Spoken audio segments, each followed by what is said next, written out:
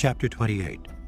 Woe to the crown of pride, to the drunkards of Ephraim, whose glorious beauty is a fading flower, which are on the head of the fat valleys of them that are overcome with wine.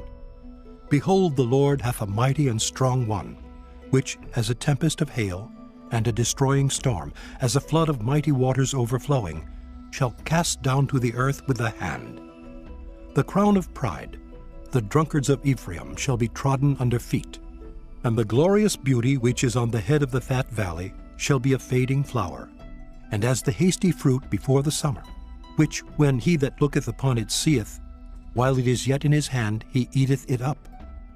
In that day shall the Lord of hosts be for a crown of glory, and for a diadem of beauty unto the residue of his people, and for a spirit of judgment to him that sitteth in judgment, and for strength to them that turn the battle to the gate.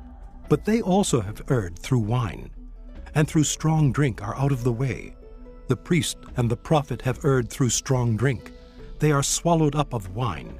They are out of the way through strong drink. They err in vision, they stumble in judgment. For all tables are full of vomit and filthiness, so that there is no place clean.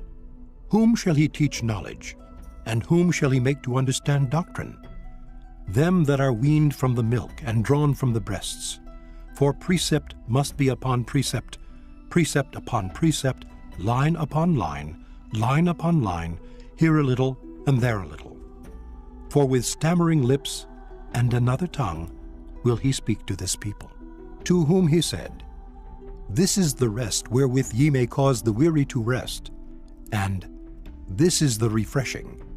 Yet they would not hear, but the word of the Lord was upon them, precept upon precept, precept upon precept, line upon line, line upon line, here a little and there a little, that they might go and fall backward, and be broken and snared and taken. Wherefore hear the word of the Lord, ye scornful men, that rule this people which is in Jerusalem. Because ye have said, We have made a covenant with death, and with hell are we at agreement. When the overflowing scourge shall pass through, it shall not come unto us. For we have made lies our refuge, and under falsehood have we hid ourselves. Therefore thus saith the Lord God, Behold, I lay in Zion for a foundation a stone, a tried stone, a precious cornerstone, a sure foundation. He that believeth shall not make haste. Judgment also will I lay to the line, and righteousness to the plummet. And the hail shall sweep away the refuge of lies, and the waters shall overflow the hiding place. And your covenant with death shall be disannulled, and your agreement with hell shall not stand.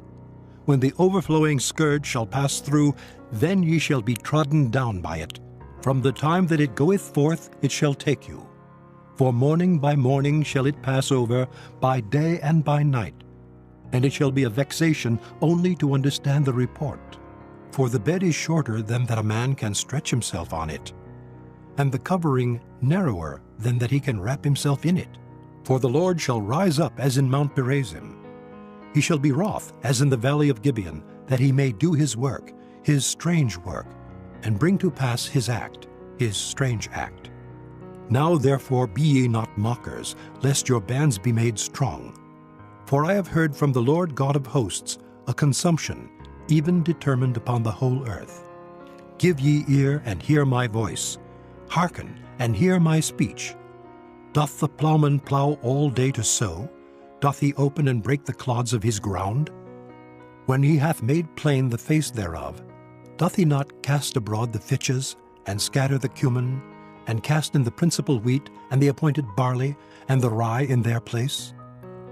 For his God doth instruct him to discretion, and doth teach him. For the fitches are not threshed with a threshing instrument, neither is a cartwheel turned about upon the cumin, but the fitches are beaten out with a staff, and the cumin with a rod. Bread corn is bruised, because he will not ever be threshing it, nor break it with the wheel of his cart, nor bruise it with his horsemen. This also cometh forth from the Lord of hosts, which is wonderful in counsel and excellent in working.